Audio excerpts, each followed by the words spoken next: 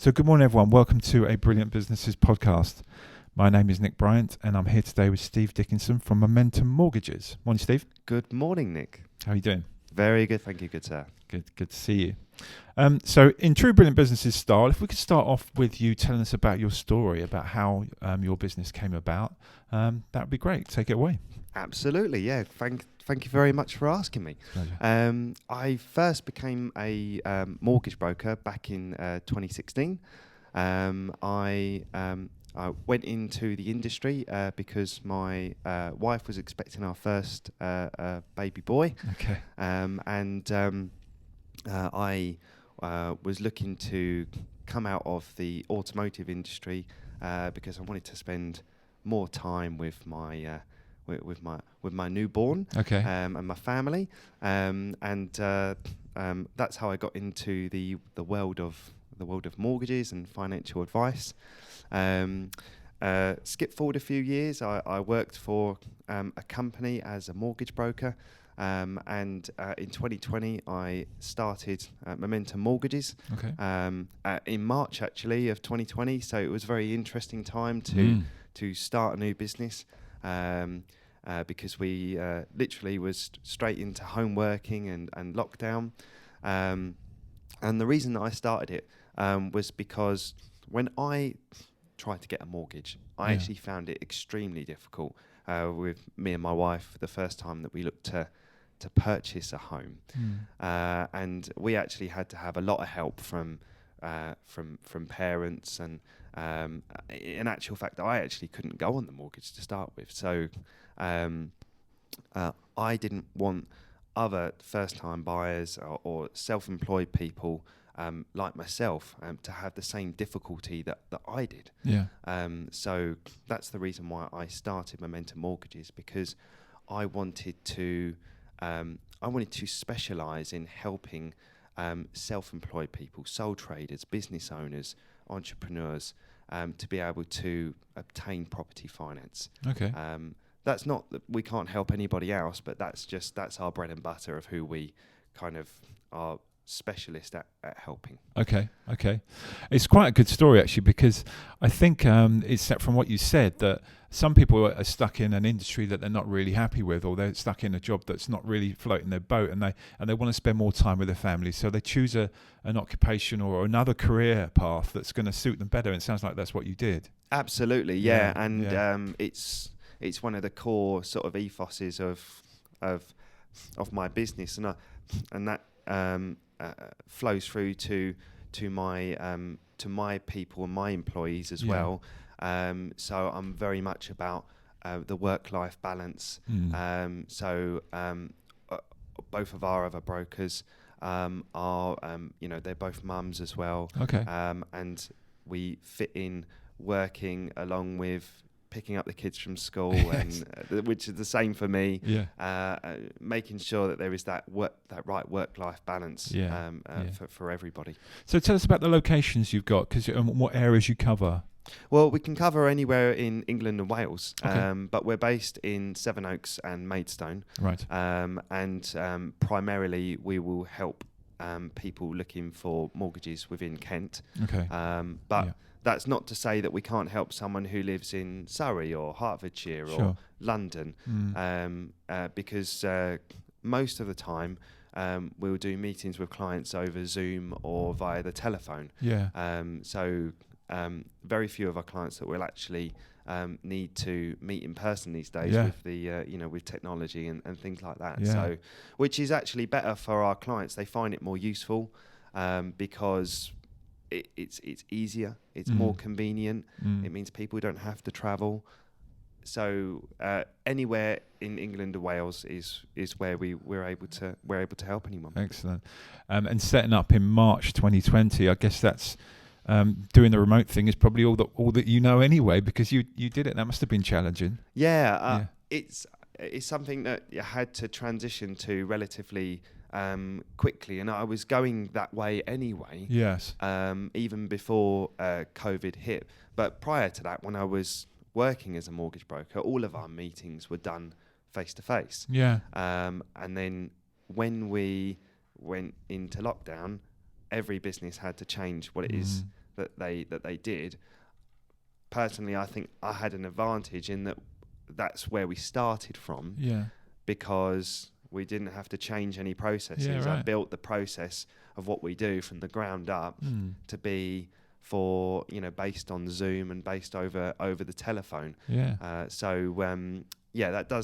That has probably given us an advantage in that we're quite used to dealing with people over Zoom and the telephone. Yeah, you put a positive spin on it, which is good. Yeah, absolutely. So how do people go around with signing documents? Can you do that without Zoom then? Very good question. Yeah. When someone inquires, and we have an initial what we call a strategy call with them, which is free, and that's where we give them advice and we see whether or not we can help that potential client. And if we can, great. Then we would proceed to get some documents from them. I'm very much the person that likes to use technology to help move things forward. A client would get a login to a secure portal. It's all encrypted. That portal, it is kind of like their mortgage base camp. And that's where they would upload all of their documents that we would request from them. But also, we're able to send them documents for them to acknowledge, and also to e-signature on the platform. So almost nothing has to be printed off and posted. The only documents that need to be printed and sent in the post is a mortgage deed, because it's a legal document. And some lenders require some documents to be wet signature, in which case we would have to ask them to print it off. But most of the time, any documents that we need the client to sign are all e-signature. That's great. Can be done at the tick of a button. No problem. And it's all in their mortgage base point. I like that. They just log in. It's all secure, because email is non-encrypted. So if you're sending over pay slips and passports over email, someone can absolutely get into that. Whereas obviously we're very, very on top of data protection. So we use that portal so that they can only get access to that, and it's all encrypted. Excellent. That makes life easy, doesn't it? It really does. It does. Really good. Because maybe getting a mortgage and going through that mortgage process can be a stressful process. So you've got to lighten that load as much as you can. So one of my questions was, what is the process that someone has to take to from start to to the end to going through the mortgage process with you guys? Yeah, absolutely. We're all about process, because, like you say, buying a house, or investing or remortgaging, it's very stressful. And we're all about reducing stress, saving time, and saving people money. So the first part of that process I'd mentioned before, which is that free strategy call, where we give them the strategy of what they need to do to get the mortgage that they need. And that usually lasts around 30 to 45 minutes, although it can last as long as it needs to. And we will go through the client's situation, their circumstances, and we will give them the confidence about whether or not we can help them moving forward. Once that's done, and we're happy that we can assist them, then we would request all of their documents and all their information. So we would request all of their payslips, bank statements, accounts, whatever's relevant to that particular person. And we would also set up another meeting, which is our fact find meeting. That's a lot more in depth. It can usually take between an hour to 2 hours, and that's where we get all of the information that we need to be able to give that client advice. And also to apply for what we call an agreement in principle.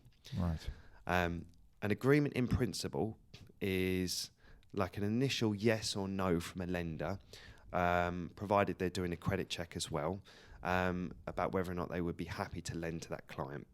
Most estate agents will require you to show one, to show proof that you can obtain the funds. Fair enough.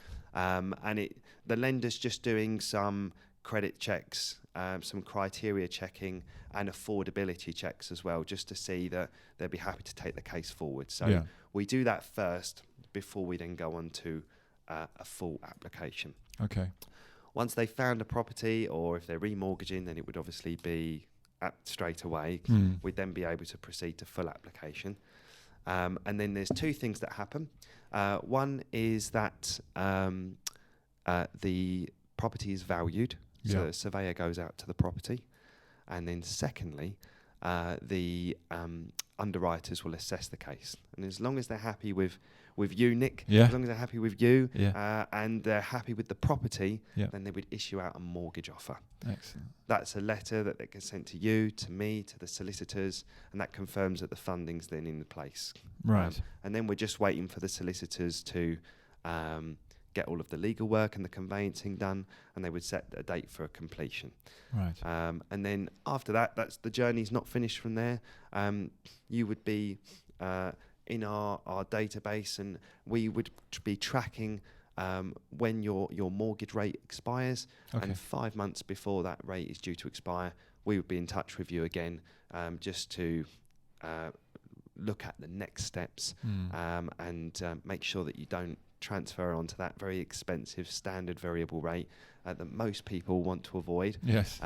So that we can keep the cost down to an absolute minimum for you. Right. Wow.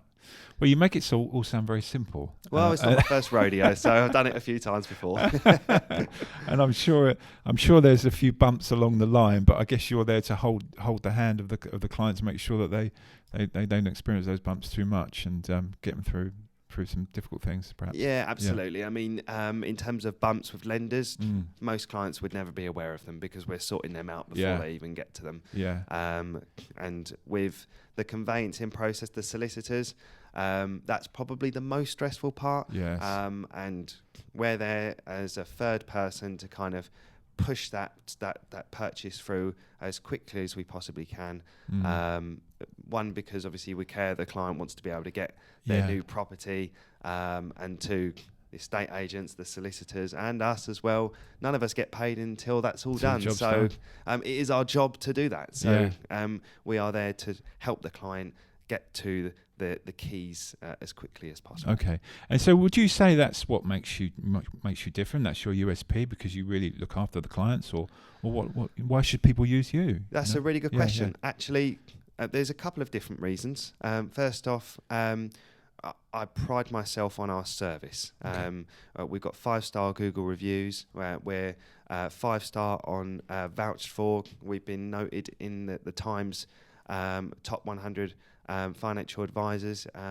We've been nominated for the Best Mortgage Broker of the Year in the Unbiased Trusted Professional Awards, and we were highly commended in the What Mortgage 2021 awards. We were only just about beaten by London and Country in the Best Broker website, and we were nominated in the Best Specialist Broker section as well. So service is something I'm very proud of. One of our core values is care. We treat people like they're our own family. Because we know that we would always treat our brothers, our sisters, our mums, our dads in the best possible way that we could. And then second to that, our niche, our specialism is sole traders, it's contractors, subcontractors, and builders and the trades, and also limited company directors. Anyone that calls themselves self-employed, that doesn't work for someone. Getting a mortgage can be a little bit trickier because you have to prove your income, you have to prove affordability, and that is not so cut and dry when it comes to compared to being employed and getting pay slips every month. So I know the difficulties when you are self-employed, and that is primarily we deal with a lot of self-employed people, so we know the lenders that we need to go to. We know how to package up the cases. We get in contact with your accountants, and we work collaboratively with them to get the accounts in order and make sure everything looks as best as it possibly can be, so that we can maximise their opportunity and their chances to get the mortgage they need. Because more often than not, people want to be able to, borrow as much as they can so they can get the house that they like.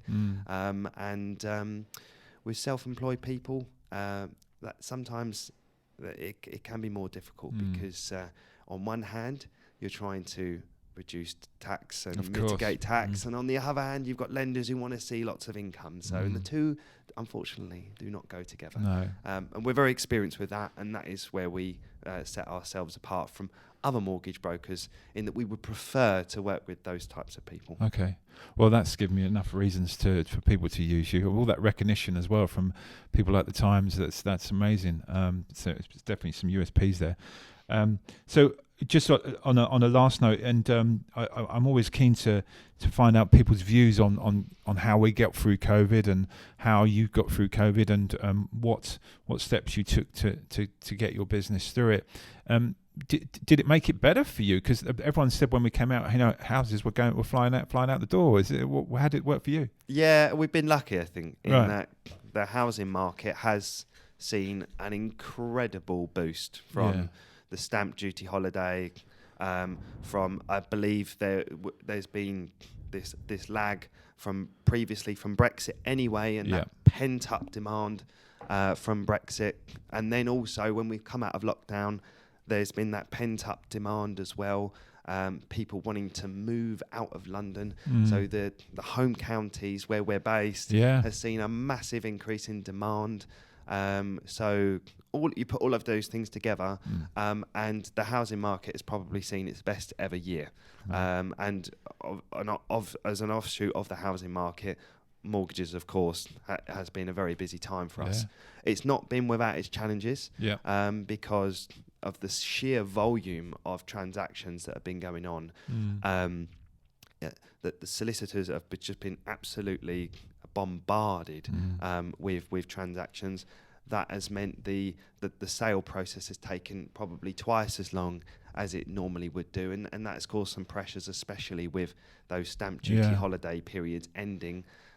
We've seen some tears and things like that, but we pretty much got everybody across the line, so that's what all that matters.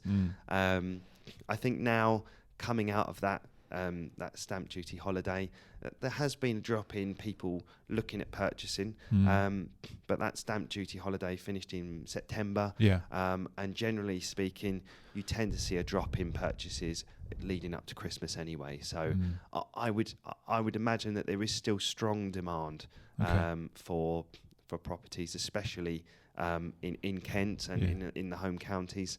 And we're actually starting to see London pick up again as well now, because people have really struggled in selling, especially flats in London has been a real big struggle. And now that's starting to pick up again. First-time buyers, where the rates on higher loan-to-value mortgages are really coming down now that lenders are starting to get more confidence. We're starting to see more first-time buyers coming through now, and we're seeing some real traction on that. That's great. That's good. It's a good positive note. So what's for the future for Momentum Mortgages? What's in the pipeline? So we've just taken on 2 new advisors. That's Karen, and Gemma's an apprentice with us, so she's doing her qualifications. So the objective is to help more people. My vision, and it's a big one, is to help 10,000 people get their new homes or invest in property. And the only way that we'll be able to do that is to grow as a business. My ethos with bringing people into the company is that they don't necessarily need to be experienced mortgage brokers.